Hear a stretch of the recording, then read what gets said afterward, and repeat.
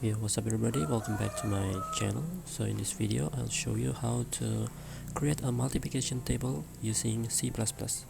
Alright, so this is very basic. This is a short of the code. Yeah, okay, this is very short.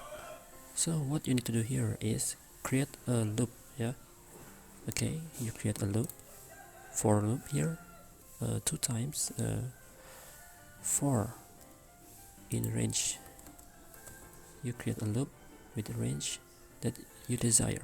For example, I will create a 5 times 5 dimension. So the output will be like this. I'll run this. Alright. Okay. So the output is like this. And it will show us the multiplication calculation and the result. 1 times 1, 2 times 1, 1, 2, 3, 4, 5 till the 5 times 5, because we put 5 times 5 dimension here. Alright, this length is 5 and the second length of the dimension is 5. Okay, so this is to display the first calculator and the second calculator, the I and J.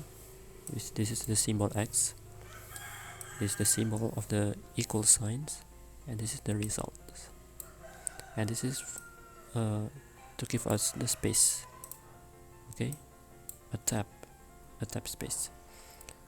Alright, so what you need to do here is create the for loop with the starting number is 1 if you want to start from number 1.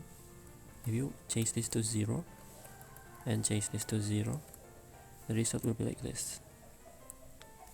Okay, so it will start from 0. 0 times 0, 1 times 0, 0 times 1, 0 times 2. Okay, but I prefer to start from 1. I like this. And now if you want to give not to hard code the limit of the multiplication table, not only 5, but you want to add an input user to give this program an optional dimension, you can just declare a new variable, for example a and b, yes, for the first dimension and second dimension. Then alright, I'll just say cout, give your first dimension.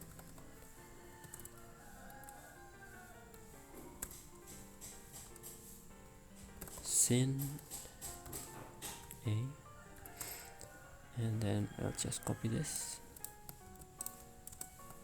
Okay, give your second dimension and b. Alright, and I'll change this into a and b. Right, so let's just run this program. Alright, give your first dimension. I'll just say 8 times 5. Alright, it gives us our table, multiplication table, just like what we want. Okay, I think that's it.